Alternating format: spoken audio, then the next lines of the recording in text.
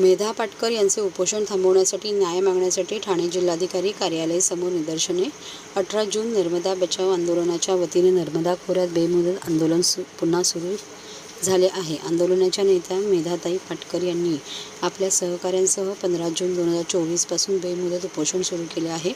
बेदखल झालेल्या प्रतिनिधींची साखळी उपोषण सुरू आहे। आंदोलक काही हजार लोक त्यांच्या पुनर्वसनाच्या हक्कावर ठाम आहेत। केंद्रीय जल आयोगाने 1984 मध्ये अंदाजित केलेली आणि 2023 मध्ये ती बरोबर असल्याचे सिद्ध झालेली बॅकवॉटरची पातळी जुनी स्वीकारा। बेकायदेशीररित्या आणि अनियमितपणे घरे, शेते, गुरेढोरे, माणसे आणि सर्व मालमत्तेचे 2023 मध्ये झालेल्या नुकसानाची बाजार मूल्याने भरपाई द्या। कायदे, धोरण आणि सर्वोच्च न्यायालयाच्या आदेशांचे पूर्ण पालन करून सर्व प्रकल्प बाधितांचे पुनर्वसन करा।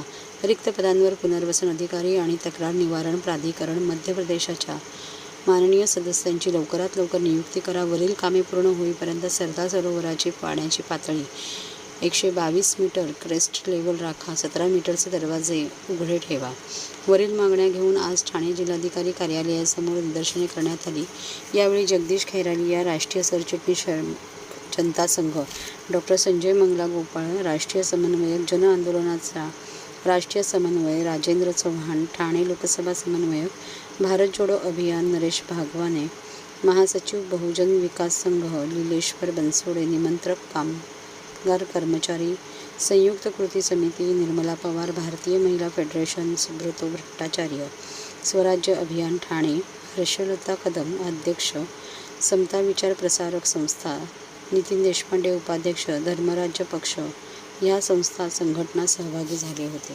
पासून जे प्रकल्पग्रस्त आहे त्यांच्या पुनर्वसन अजूनपर्यंत होऊ शकलेला नाही।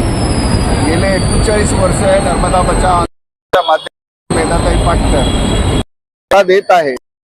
गेल्या आपले पंतप्रधान नरेंद्र मोदीजींच्या वाढदिवसानिमित्त त्या ठिकाणी भर पावसामध्ये धरणाचा पाणी रोखण्यात आला आणि त्यानंतर मग तो पाणी सोडल्यानंतर संपूर्ण आजूबाजूचा धरणाच्या आजूबाजूचा जो परिसर होता तो जलमय झाला आणि शेतकऱ्यांचा मोठा नुकसान झाला। जमिनी गेल्या, पशु गेले, माणसे मेली, तरी सुद्धा सरकार जागा झालं नाही। या वर्षी आता पुन्हा पाऊस सुरू झालाय। मेधाताई पाटकरांनी 15 जून पासून बेमुदत उपोषण त्या ठिकाणी सुरू केलेलं आहे।